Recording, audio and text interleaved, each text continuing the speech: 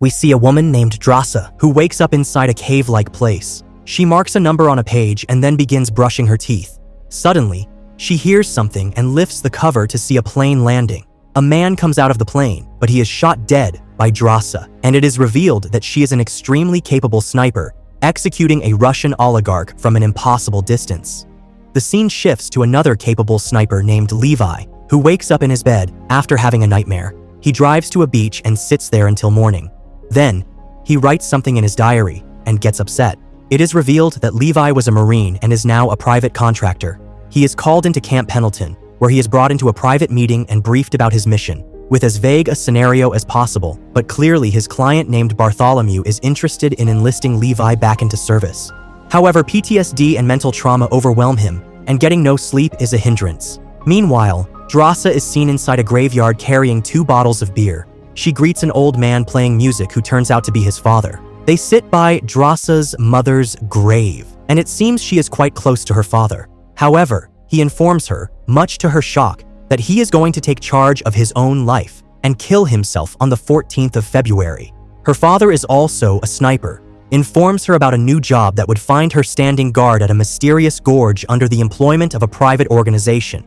Levi is airlifted, unconscious, and clearly drugged. When he finally stirs awake, he finds himself mid-flight, hurriedly strapping on his parachute before leaping from the plane.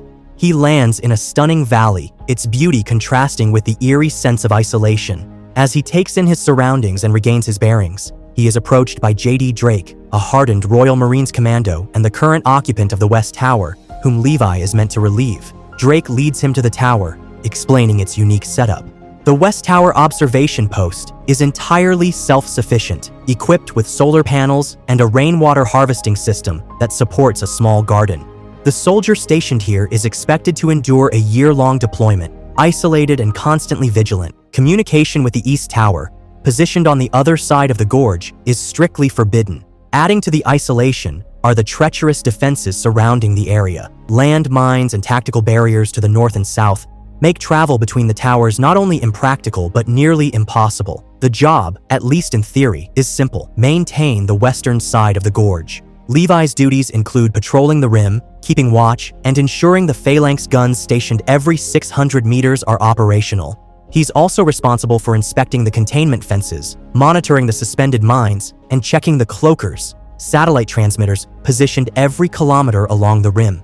These devices are designed to cloak the gorge from detection by any overhead satellites. Outside the tower, there's an armory stocked with weapons and ammunition, ready for resupply when needed.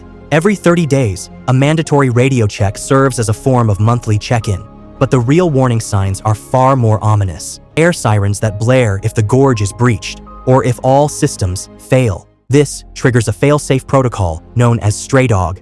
When Levi asks JD about it, Drake admits he doesn't actually know what Stray Dog is, only that it's a last resort. As the two talk, a chilling scream echoes from the depths of the gorge. Levi freezes and asks JD about it, but Drake brushes it off, explaining, "We call them the Hollow Men. Nobody knows what they are. Nobody's ever seen them." Soon after, JD prepares to leave, his year-long watch finally over. A helicopter arrives, lowering a ladder for him to climb aboard. As JD reaches the top, the man aboard the chopper confirms his identity. With a cold, detached voice, he thanks JD for his service, then shoots him point blank, his body tumbling into the abyss below. On the other hand, both Levi and Drasa join their respective posts. Resident curiosity from Levi's end entails him spying on Drasa through the binoculars, only to realize that Drasa is aware of those looks across the gorge as well. It's in November, on the day of her birthday, that Drasa finally tries to break the proverbial ice between the two towers. Shooting a gun straight up in the air to attract Levi's attention in the moonlit evening, the two of them begin to elicit conversation by writing on notepads and sharing their thoughts. Levi is reticent, considering that contact is prohibited, but Drasa doesn't care. After all, it's her birthday. The meet-cute continues with both of them sharing a toast before Drasa starts playing Blitzkrieg Bop from her record collection in full blast. Levi's Spartan West Tower has his shelf filled with poetry books, and he has a makeshift still to make vodka out of potato, while Drasa has wine bottles stocked in a cellar. Speaking of wine bottles, their flirting shifts to a higher level when they decide to show off their sniping skills by destroying each other's beverage containers. The problem is, it attracts the inhabitants of the Gorge. We finally witness the monsters of the Gorge, humanoid-looking mutants with plant-like outgrowths and zombie-like demeanors climbing up the Gorge walls, getting destroyed by the mines and the guns being targeted from the rim. While that is occurring, both Drasa and Levi begin to shoot at the walls of their opposite towers to stop the onslaught from overwhelming them. The onslaught finally stops as dawn begins to break. Drasa is mildly injured by one of the zombies managing to climb up to her tower before she shoots him off. But that experience, a crucible, actually starts to bring them closer. The two of them begin to repair the traps and mines together, during which they also see a drone coming out of the foggy depths of the Gorge and flying out. As December rolls into February, the two of them begin to lead their drudgery of existence by acknowledging and spending time, communicating via binoculars and letters. Christmas blooming into January, and then February, they begin to play chess, as weirdly complicated as the entire procedure might be. But the moment of truth comes, on the 14th of February, when Levi notices Drasa not doing her regular chores or her watch. It's only at night, as Levi is getting ready for bed, that he realizes that she is crying. Levi's questioning gaze allows for a moment of vulnerability to break through, whereby she expresses his presence at that moment. It allows him to finally take a leap of faith by creating a massive grapnel gun by removing the nuclear core from a bazooka missile and retrofitting a rope into the missile, using that as a launcher. All this would be done by the next day, after which they decide on a date, whereby Levi finally manages to connect to the opposite end and slide with the help of the rope. As the two finally meet for the first time, the attraction between them is palpable, but Drasa orders him to wash and clean up before they finally have a proper date. It is there that we learn not just about the marksmanship capability of Levi, but it is also heavily implied that the target Drasa had executed in the cold open had been an actual world record. We also learn about the nightmare that Levi is still haunted by, a recreation of his first kill, and how he had never confided about that to anyone except Drasa. It also highlights the fundamental difference between Drasa and Levi. She had her father to confide in about her secrets and doubts, while Levi, so obsessed with perfecting the art of the perfect shot, would compartmentalize and bury secrets, resulting in trauma threatening to boil over. The next morning when Levi returns, a mine explosion as a result of a monster climbing results in him falling into the Gorge. Drasa gets terrified and prepares herself with a parachute, an auto-ascender, and weapons jumping after him to rescue him. As the two of them find themselves in unfamiliar territory, almost like a dystopian dimension separated from reality via a fog, the two of them regroup, with Drasa finally managing to rescue Levi from almost being eaten by a Venus flytrap-like creature. But their trek in the forest reveals those zombie-like creatures beginning to attack them, and both Levi and Drasa realize they are old battalion soldiers, still alive and mutated as a result of the environment within the Gorge. They trek through the forest into an abandoned town where foliage and human remains have matted and coiled themselves into monstrous beings stuck between life and death, the Hollow Men, as Levi refers to them. We also learn that not only the damage being done to this entire location had been the result of a seismic earthquake, but as they battle monsters within a church, they realize that a lot of the inhabitants had tried to kill themselves by ingesting cyanide capsules. It is only when they blast out of the church and run towards a barracks that they finally learn the truth about the Gorge. Firstly, the barracks housed a laboratory that is still operable due to propane being the primary fuel. Secondly, they found a film reel, which had clearly been recorded during the tail end of whatever experiment was being conducted.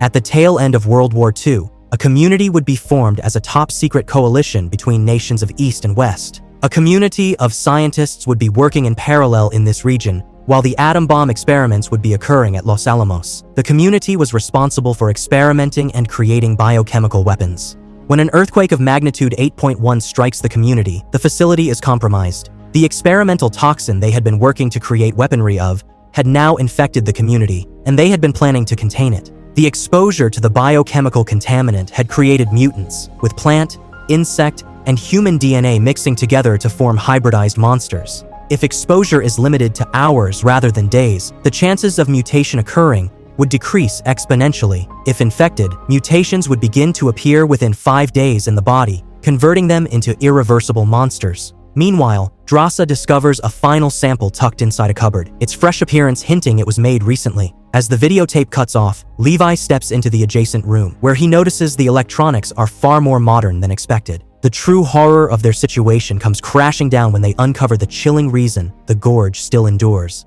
A private organization called Dark Lake is secretly conducting research within the Gorge, experimenting on the monsters to study the contaminant's effects. Their ultimate goal is to reverse engineer the contaminant using hybrid DNA samples to create super soldiers. The pieces start falling into place. These monsters are genetically new creations, and Levi and the others realize they were unknowingly hired to protect Dark Lake's secrets from the outside world. Levi also uncovers Stray Dog, a self-destruction protocol designed to trigger a nuclear missile that would detonate directly into the Gorge, obliterating it from within. The protocol is set to activate automatically if the Gorge's existence is exposed, unleashing a thermal blast radius of 4.2 kilometers. Levi and Drasa find themselves realizing that the monsters are sentient, playing games with them. As they walk out of the barracks and try to shield themselves, such that they could also stealthily attack them, Drasa is trapped and dragged away to a missile silo by one of the zombie ghouls on horseback. Levi follows the tracks. As Drasa wakes up, she realizes she is being tortured by the monster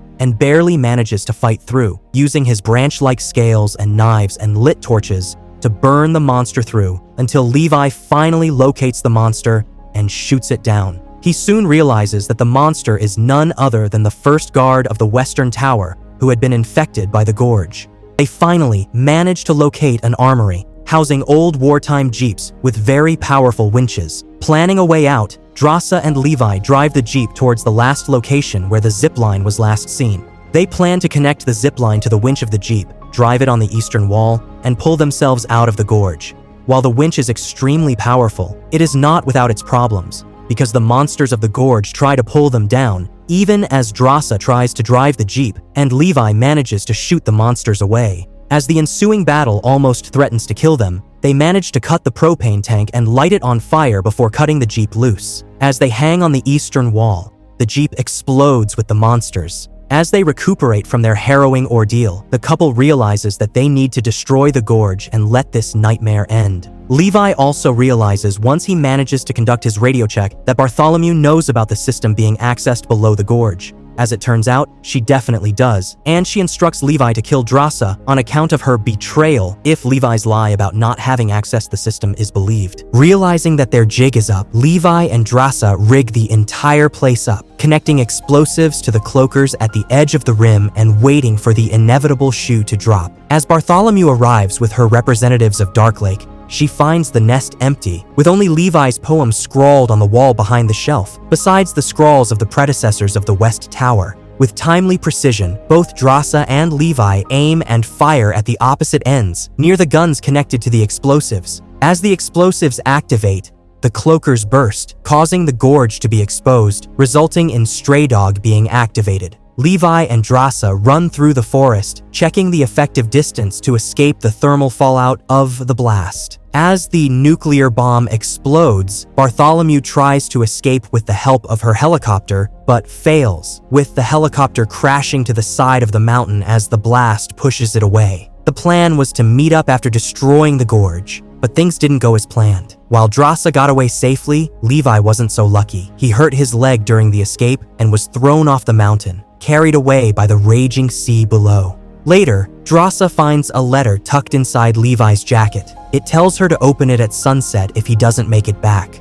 As she struggles with the weight of his loss, we learn that the Gorge was located in Ise, France. At sunset, Drasa waits alone on a quiet cliff, watching the horizon. When the sun begins to dip, she opens the letter. Inside, she finds Levi's poem, a heartfelt message he had finally written for her. It's full of the emotions he could never put into words before. By April, Drasa is working as kitchen staff at a luxury hotel.